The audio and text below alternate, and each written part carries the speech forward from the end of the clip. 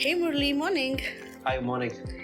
As we were talking about operational efficiency, here is my next question. How can companies foster a culture of continuous improvement within their operations? Okay, continuous improvement within operations, something that all of us seek to do pretty much on a daily basis. I'll try and answer this in four different aspects.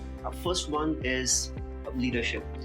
Leadership focus, leadership direction, leadership commitment is perhaps the fundamental bedrock. Without this, there cannot be a discussion on continuous improvement because the leadership needs to start talking it and start walking the talk. It's only then the rest of the organization can align. So number one is leadership.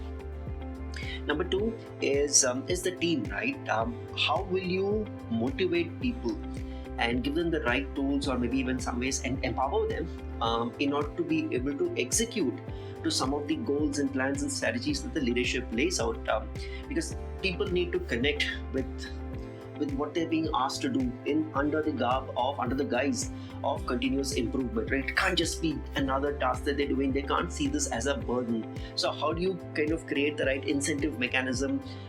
Maybe you use OKRs, maybe you use other KPIs to get them focused on this notion of continuous improvement. That's number two. Number three is just to have clarity on the metrics and what numbers you are chasing, and how do you democratize access to that information across the entire organization so that everybody, starting from the CEO up until, let's say, an intern, is having a transparent, democratized view of that number that all of us together are wanting to chase, because you improve, you work on what you measure, right? And if the key metrics are measured and made available to people, then people will start figuring out interesting ways of making that better. And last but not the least, since the question itself referred to it, it's one of culture.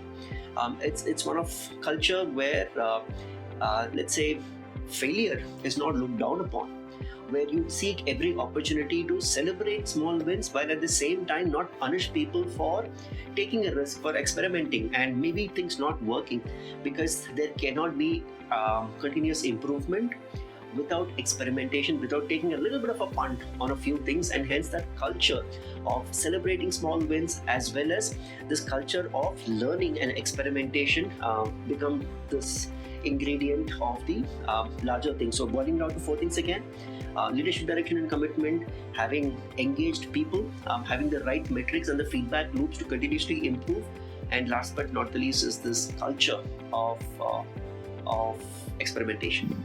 Wonderful explanation. Thank you so much. That's it for today. Thank you. Thanks. If you have questions too, then write them on the comment section below.